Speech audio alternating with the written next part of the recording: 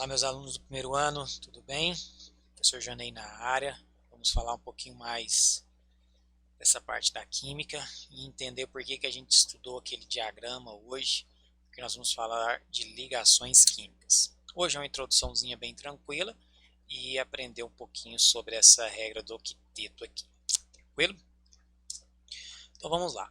Primeiro, por que os átomos se ligam?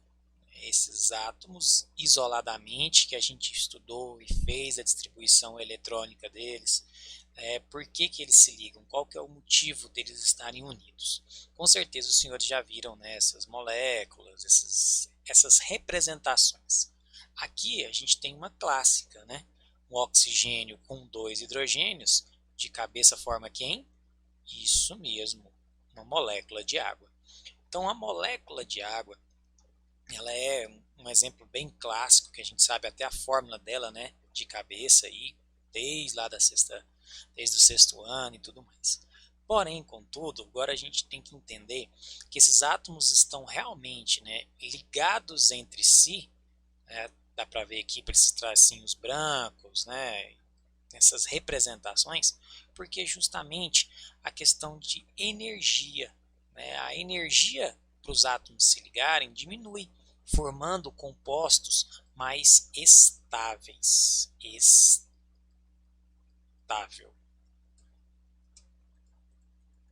Deixa eu aparecer aqui. Ficou ruim. Então, de novo. Por que a gente tem esses átomos ligados? Porque esses átomos ligados ficam mais estáveis. E se eles ficam mais estáveis, eles são encontrados na natureza. Então, um átomo isolado de hidrogênio é muito difícil de você encontrar aqui na natureza. Agora, esse átomo de hidrogênio ligado a um oxigênio, ligado a outro hidrogênio, a gente tem em grandes quantidades, que é a nossa amiga água. Então, a grande resposta para a estabilidade das moléculas, dos compostos em si, é por isso que os átomos se ligam. Mas se ligam de que forma? Como e por quê? Aí a gente tem que entender um pouquinho mais sobre essa regra do octeto. E para entender a regra do octeto, tem que entrar num grupo que a gente falou nas aulas passadas com a tabela periódica, mas é o grupo 8 aí, ou também conhecido como grupo 18, dos gases nobres. Por que ele ganha esse nome, essa nomenclatura de nobre? Tirando o hélio, que daqui a pouquinho eu falo sobre ele, todos esses outros átomos aqui, todos eles possuem 8 elétrons na camada de valência. E isso foi comprovado que é o necessário para que exista esta estabilidade. Então, toda vez que você tem 8 elétrons na última camada, entre os átomos, você tem aí a regra do octeto sendo respeitada. Só que essa regra do octeto, aqui no ensino médio, ela vai ser muito útil para a gente, porque simplifica as coisas, você já vai ver comigo no exemplo. Só que ela é cheia de exceções. Na verdade, tem mais exceções à regra do octeto do que propriamente dito a obrigatoriedade desses 8 elétrons. Tá? Mas eu vou te colocar só duas exceções aqui para você acompanhar comigo, que essa regra possui outras possibilidades aí. Primeiro é o hélio. Então, o hélio, a gente sabe lá que ele só tem, o núcleozinho do hélio, ele só tem uma camada. E nesta camada, a gente só tem 2 elétrons dele. Então, necessariamente, eu tenho aqui do hélio um elétron e aqui outro elétron. Então, diferente dos outros gases nobres, esse hélio fica estável somente com 2 elétrons. Então, tanto que a distribuição da eletrônica dele fica um S2. Então, a estabilidade dele não precisa de 8 elétrons, apenas 2, que é o máximo que cabe nesse orbital, S, ele está estável. Outro exemplo é o hidrogênio. O hidrogênio também, com o seu núcleo lá, a sua órbita, se a gente a gente sabe que a quantidade de elétrons que tem nele é apenas 1. Então, olha que legal, do slide passado. A distribuição eletrônica do hélio, 1s2, e do hidrogênio, 1s1, certo? Então, hélio eu tenho ele estável na natureza, certo? Hidrogênio, somente átomo de hidrogênio, não tem, porque esse cara vai precisar chegar no máximo desse 1s. Qual que é o máximo desse 1s? 1s2. Então, necessariamente, o átomo de hidrogênio ele precisa de mais um elétron aqui para se tornar estável. Tranquilo? Então, onde é que entra esse número 8, então, da regra do octeto? O que você tem que guardar? Você tem que guardar a palavra estabilidade.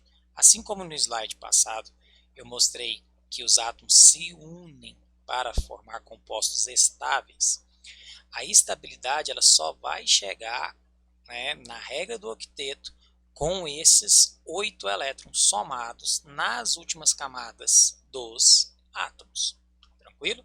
Tirando a exceção que a gente vai ter que lembrar do hélio, que já está estável, ele é um gás nobre, não reage.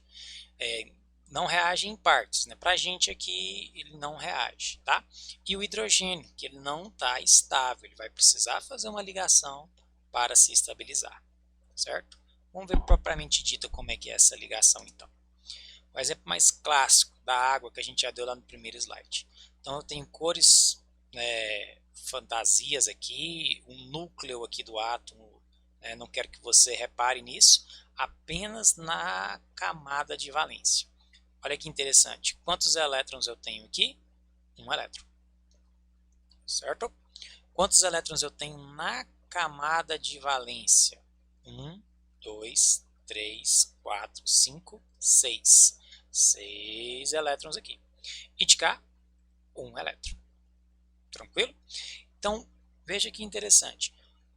Para a água, quando eu tenho um átomo de hidrogênio, interagindo com um átomo de oxigênio e outro átomo interagindo com hidrogênio, se eu somar todos esses átomos da camada de valência, quanto é que deu de cabeça? Mais ou menos 8. Então peraí. Esses átomos daqui de dentro entram na conta? Não. Por isso que a gente faz a distribuição eletrônica e pesquisa tanto, né, deixa bem claro, para descobrir a CV, que é a camada de valência. É essa camada que realmente importa para quem? Para as ligações. Nesse caso aqui, eu estou apenas, né, mostrando... Nossa, esse S ficou feio, hein? Caramba, vou apagar esse S, depois você tira um print disso daí e usa contra mim. Deus me livre. Vamos de novo. Então, a camada de valência é muito importante para as ligações. Então, se eu sei quantos elétrons que eu tenho, eu consigo descobrir como é que vai ser essa minha ligação. Quem estudou isso muito foi um cara chamado Lewis, né, mostrando a estrutura que ele trocava, ele representava os elétrons da camada de valência por bolinhas. Então ficaria algo desse tipo aqui, ó. O hidrogênio tem quantos? O hidrogênio tem quantos? Um elétron na última camada, certo? Então se ele tem um elétron na última camada, hidrogênio, um elétron, tá aqui uma bolinha representando. O oxigênio, ele tem quanto? O oxigênio ele tem 6. 1, 2, 3, 4, 5, 6. Outro hidrogênio, tá aqui, só tem um. Então, esses momentos aqui, ó, então, isto é uma ligação química e isto é outra ligação química. Então, a ligação entre esses átomos aí a gente representa por traços. Então, deixando bonitinho, ó, H, oxigênio, hidrogênio. O ângulo que eu criei aqui, não se assuste, é só para deixar as coisas bonitinhas, mais para frente a gente mostra. Então aqui você tem necessariamente essa parte verde que eu estou mostrando, em vez de mostrar as bolinhas, é um traço. O que representa esse traço? A ligação química entre esses átomos. Então agora você tem uma estabilidade. Então vamos lá. Esta estrutura aqui que eu mostrei, essa estrutura aqui que eu mostrei, é a estrutura de Lewis. Para que Lewis mostrou desse jeito? Para ficar mais fácil a gente visualizar os elétrons tanto na camada de valência quanto que estão participando dessa ligação. Tranquilo? Vamos para mais. Um ácido muito importante é o ácido sulfídrico, H2S. Então, colocando aqui de vermelho, vou colocar um pouquinho maior agora aqui de marca-texto. Então, esse H2SO4, esse ácido sulfídrico, ele tem uma estrutura bem parecida, né, com a da água, trocou o enxofre pelo oxigênio. Mas olha que interessante, continuamos tendo o hidrogênio, né, dos dois lados, só que agora o átomo central, que é o enxofre, se for para Lewis, eu não vou representar todas essas bolinhas aqui, porque elas não me importam. Quem é que realmente me importa? Só da camada de valência. Vamos contar comigo? 1, 2, 3, 4, 5, 6. Isso mesmo, é da mesma família do oxigênio, então tem 6 elétrons. Então, se ele tem 6 elétrons, vamos trocar a cor aqui para ficar legal.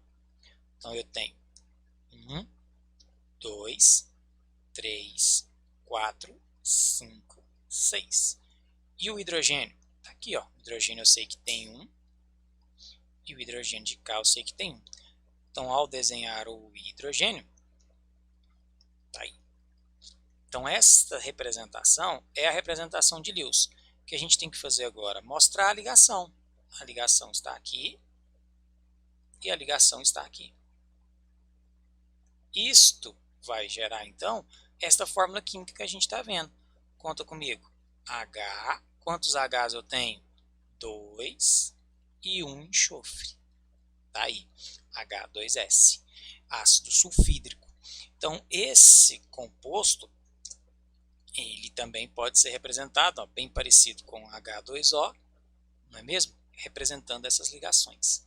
Como é a primeira aula, esse tipo de ligação aqui é chamado de ligação covalente, porque ele acaba compartilhando esses elétrons. A gente ainda tem outras duas importantes que a gente vai estudar e aprofundar, né, nas próximas aulas. Então, a gente vai estudar melhor esta ligação covalente aqui, como é que fica.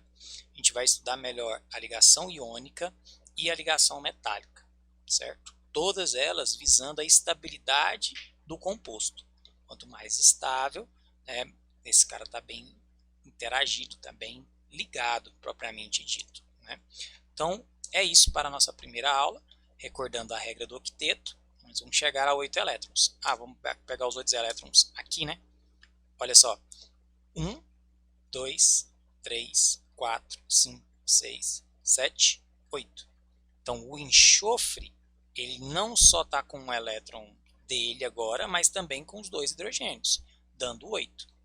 O hidrogênio, aquela exceção que eu tinha explicado, um dele, um do enxofre, 2, estabilizou. O de cá, um dele, 2 dele, né? Com um do enxofre, formou 2.